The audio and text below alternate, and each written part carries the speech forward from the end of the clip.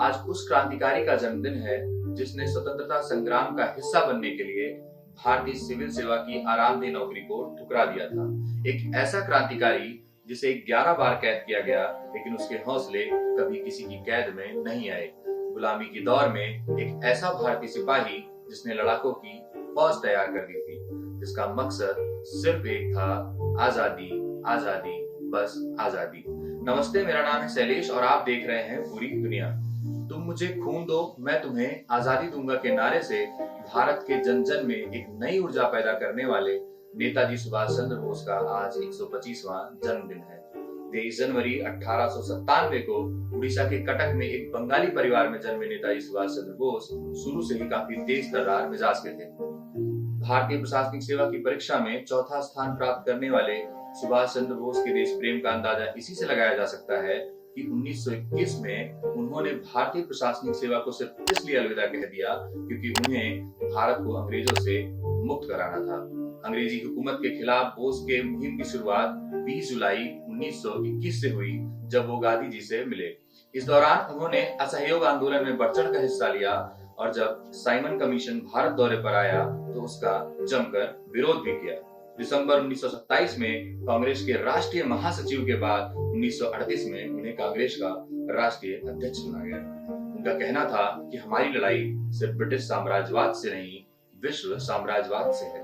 धीरे धीरे कांग्रेस से सुभाष का मोह भंग होने लगा। 16 मार्च 1939 को बोस ने अपने पद से इस्तीफा दे दिया। नेताजी ने आजादी के आंदोलन को एक नई राह देते हुए युवाओं को इसका हिस्सा बनने के लिए प्रेरित किया और उन्हें संगठित भी किया। 5 जुलाई 1943 को आजाद हिंद फौज का गठन हुआ।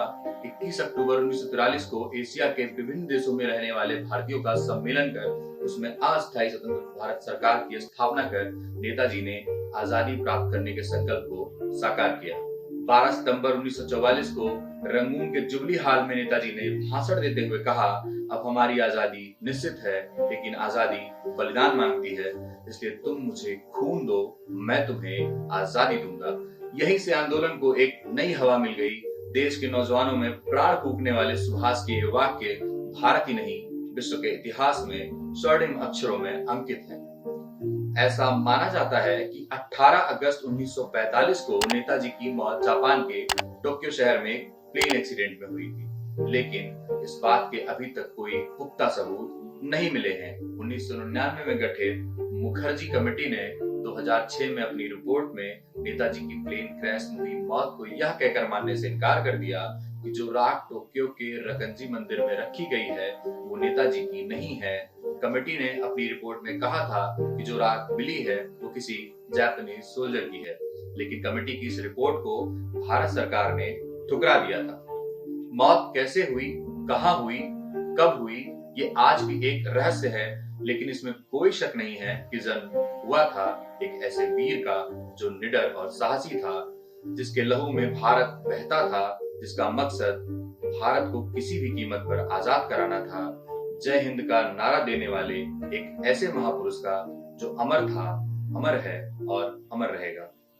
आपको हमारा ये वीडियो कैसा लगा हमें कमेंट बॉक्स में लिखकर जरूर बताइएगा। देश और दुनिया की तमाम खबरों के लिए देखते रहिए पूरी दुनिया।